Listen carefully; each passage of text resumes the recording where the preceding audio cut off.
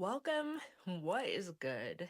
If you found your way here, it is likely because maybe you've always felt a little different, more sensitive, more empathetic, more in tune with people's emotions and energies. And you thought a lot of what goes on here in general just does not make any actual sense. Like, no one is being for real with you. The math is not mathing here in this dimension. Or maybe you're just now waking up to a deeper calling, something stirring in your soul that whispers you're just here for more. And if this resonates, then you may very well be a light worker. Hey, I am Head Witch Lindsay, aka Sailor Emerald Order, and you've reached Crystal Case Apothecary, where we go from players to programmers of our reality.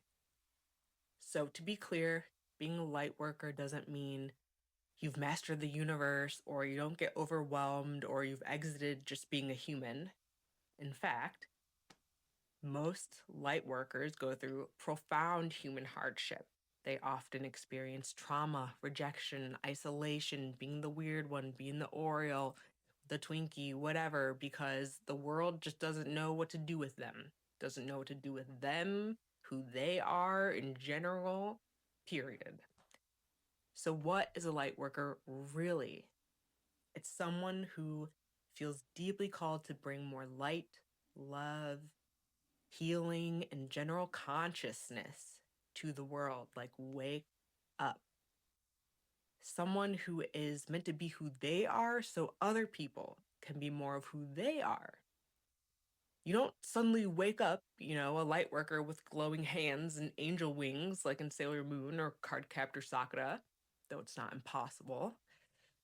It's usually often a slow unfolding, a process of remembering who you really are beneath the expectations, the labels, the pain, the trauma, the conditioning.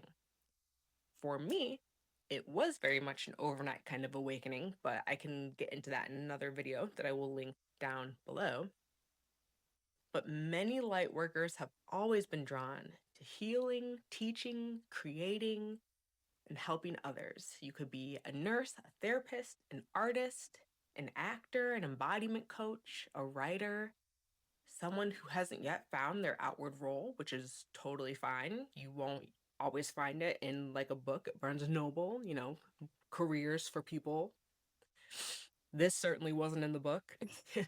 But the journey begins with being yourself. Before you can channel your love to others, be the best that you can be for others, you have to be the best you can be for yourself. And I remember the day that that dawned on me.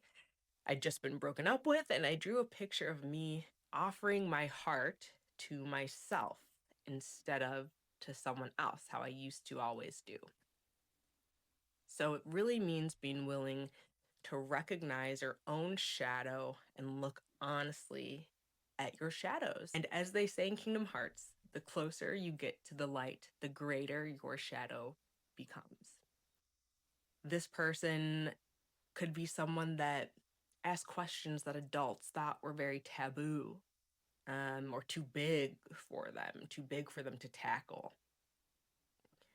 And again, light workers, they may not all just wake up immediately. It usually happens in a slow progression of like burnout or breakups or even illness, which was the case for me. The timing of when you figure it out doesn't matter. What matters is that you answer the call when it comes. So in the chapters ahead of this series, Lightworkers 101 will explore what it actually means to step into your light. We'll talk about the different kinds of light workers because no two of us are the same, the challenges that you may face on the path, and how to move through them. We'll get into the spiritual and magical practices that support you in embodying your role, and most importantly, how to accept the calling and live it in your everyday life, kind of like turning into your own magical girl or keyblade wielder. We'll even get into it on the quantum level because we over identify with the physical world when everything really be going on at the quantum level. We'll get into what's the deal with actual matter, how to let light into your body, and how to open the door for others to do the same. But for now, I want to leave you with this: you are not too late, and you are not imagining things. The world does need more love, more truth, more integrity, more care. And we are the folks who say we will bring it. So if you ever wondered why you feel things so deeply, if you've ever asked, why do I feel like there's just more that I'm here for? If you've ever cried over the pain of the world and wanted to help, you are not alone. You are remembering that you need to step into your true self. And as you remember, your light gets stronger and the world becomes brighter.